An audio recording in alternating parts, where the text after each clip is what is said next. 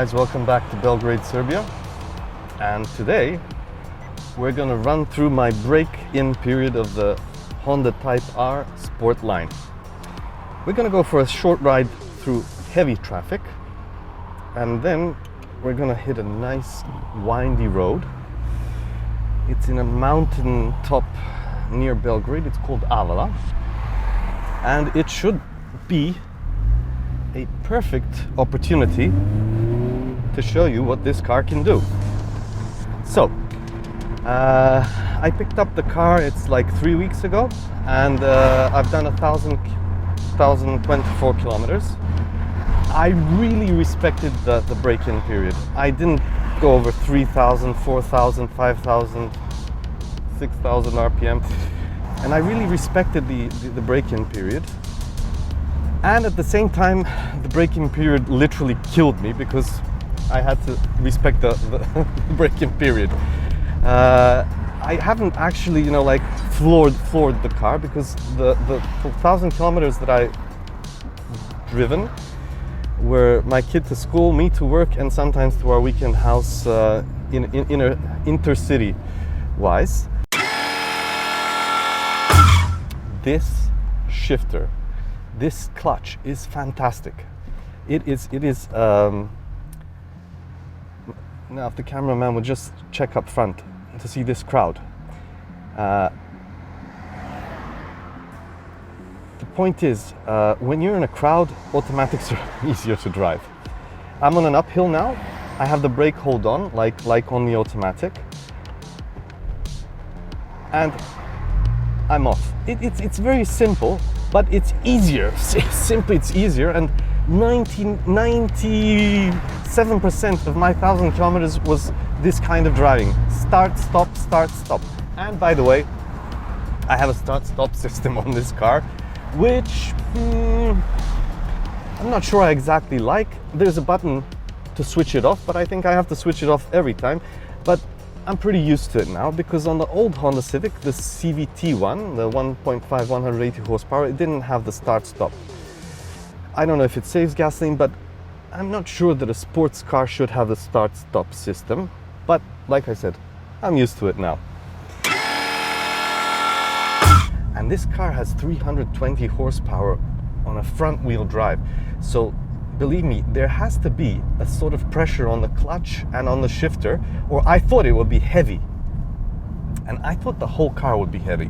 But as you know, I had the 1.5, the CVT Honda Civic, and when I sat in this car for the first time, it felt heavy. Much heavier and much different. I felt like I sat in a Mustang. Check out the air intake in the front. You know, the whole seating position and everything is like you're in a real sports car. The sound is a sports car, and it's not a Civic. When you sit in this car, you are not sitting in a regular Civic. This is a speed bump, by the way. I didn't slow down, and I'm in sport mode, so we're talking about comfort. Check this out. I'm not going to slow down. I'm not going to brake. We crossed over a speed bump. It is comfortable. Let me just get back to the heavy thing. A few years ago, or like 20 years ago, I bought a Tissot watch. It was thin and light, and after that, when I got into some money, I bought a Breitling watch. The Breitling watch, and watches at the time, before these smartwatches, were heavy. The heavier, the better. So this car felt heavy, but the Breitling watch was heavy when I put it on my wrist the first time. The next day I wasn't aware it was on my hand. It's the same thing with this car. Your first impression is that it's heavy, but then you can't stop being impressed by how light it is. Even the steering is in sport now, so the default. The comfort setting in sport is perfect. Look, we're driving this road is terrible. Look at the conditions of the road. It's full of cracks. It's full of holes, and now sunshine is giving us a real bad backlight. But this is a shitty road. Let me say that. It's a shitty road, and I'm in sport. I thought that I would have to use comfort mode a lot more, but even in sport, it is a comfortable ride. So you don't have to worry about the comfort in this car. One of the greatest issues, which I had the most questions in the comments, was the soundproofing. The soundproofing is absolutely marvelous. Whether it's the 19s or the additional soundproofing that they've done, but the soundproofing is immaculate. I'm talking to a mic now, but everyone in the back row or anyone sitting in the back row can hear me very well, clearly. Every single hatchback has a slight problem with the back because of the fifth door. There's a slight noise, but I can hear my wife, I can hear my kid, she can hear me. I don't have to raise my voice. Even when I hit the gas, it's very, very quiet inside, in the sense it apart from this engine sound, which is beautiful. You have to admit it's really beautiful. We'll demonstrate that later. But listen to this downshift now.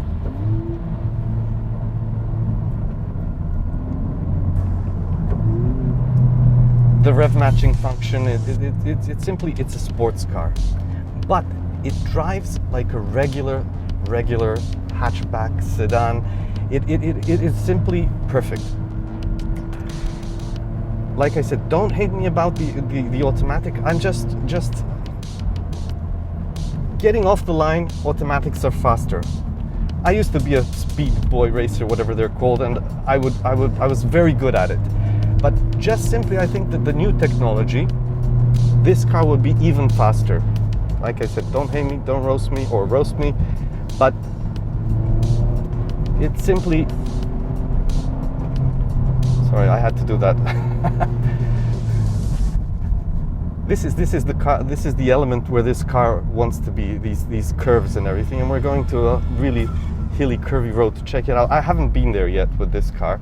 I used to drive my motorbike up there, but again, at speed bumps, I'm in sport. I'm not even gonna go into comfort. You see, there's no sports cars that I drove before. If I did that over a speed bump, my teeth would literally hit each other. So there's another speed bump. Not braking, not lowering the gas, crossing over it. Absolutely no problem whatsoever. So yes, this is a perfect car. The soundproofing, like I said, the music is not on now. And funny thing is, when I'm alone in the car, I used to love listening to loud music. But now I switch the music off and I listen to the engine, because it is a really nice sound. There's a nice sound to the engine, and like I said, I'm in a sports car. It's a fantastic sound. Soundproofing, seats. Another thing that I was very sad is that I don't have heated seats. Okay, it's a comfort thing. I never use the heated seats longer than 3 minutes. When I get in the car, it's cold, I switched it on because later my back sweats. These seats are fantastic. And the one thing that no one in the reviews said, you can recline them. Yeah, so they're reclinable, okay?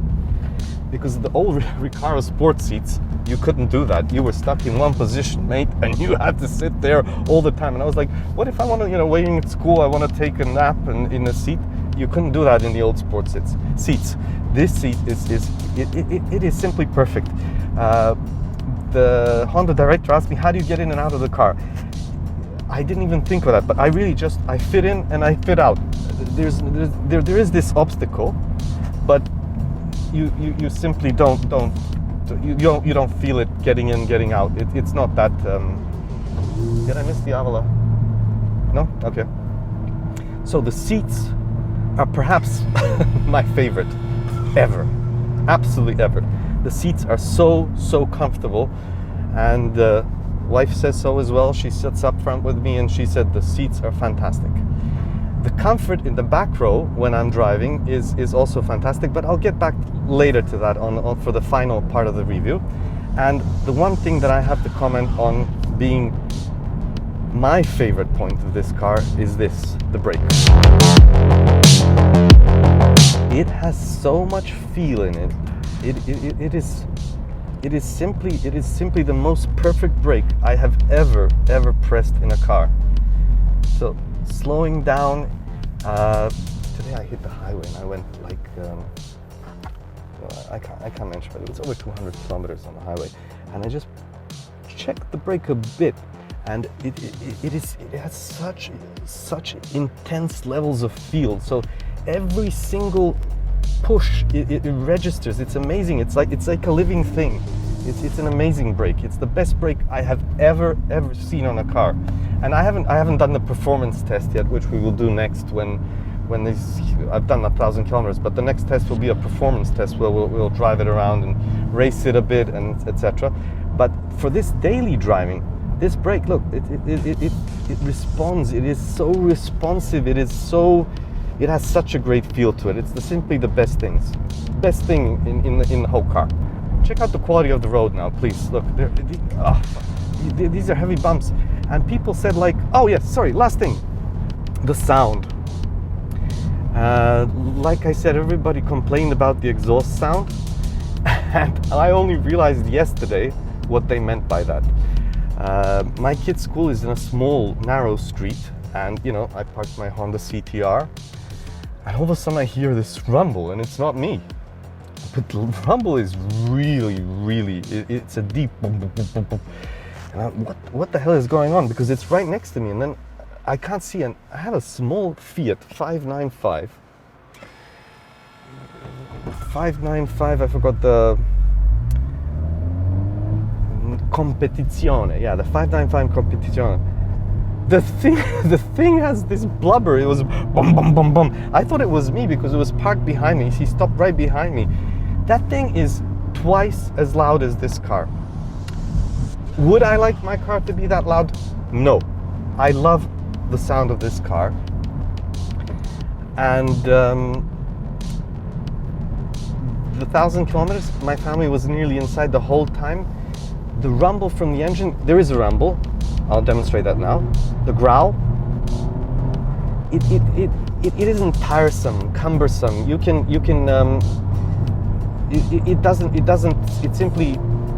It's livable with for daily driving and for trips. Today I went out on the highway to a city 50 kilometers away from Belgrade, and no, it's just right. You can feel the sports, you can hear the sports sound, but it isn't tiresome. I think the rumble from that Abarth, if I had that, it would be terrible. We've just run over some gravel, okay? Check out the road out. Gravel. Everyone complained before. Now I'm gonna hit the gravel on the side. Everyone complained about the gravel before because it would make a loud sound in the undercarriage. See, it's gone. We hardly registered it, and everyone complained about that. And so that's what I was talking about, the soundproofing. You see, gravel, before they complained that when the stones went in the undercarriage, it was really loud. No, the soundproofing is perfect. Let me on the end of that note, and we'll continue on the hilly area.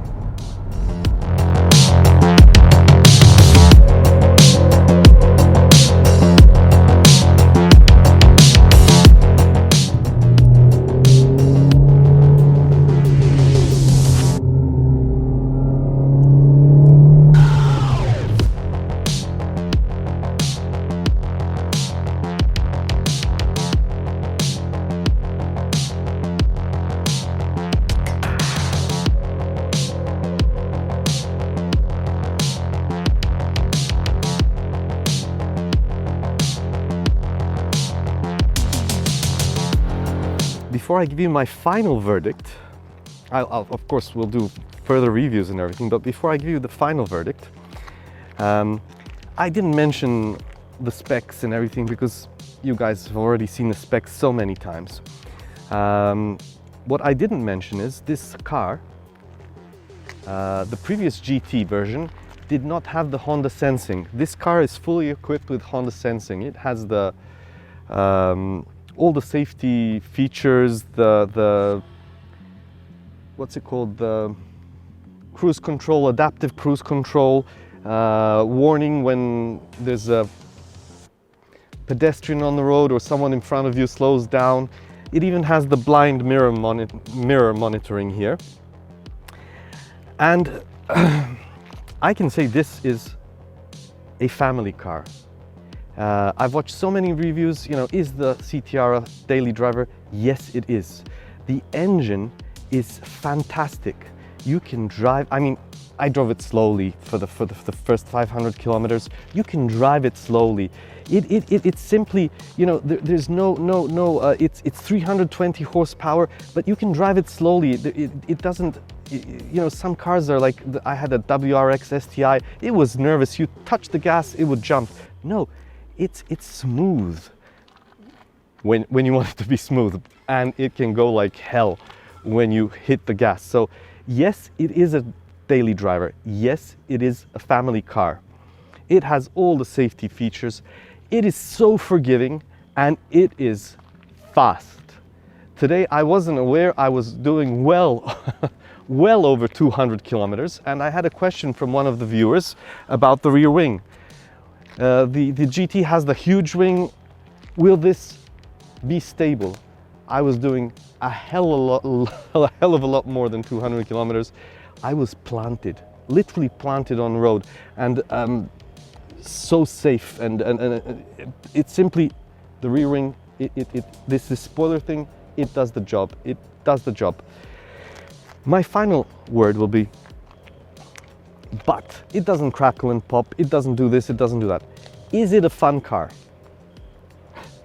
Forgive me for saying no. This car is not a fun car. This car is a perfect car, and that's where I'll end. This car is simply perfect, simply the best.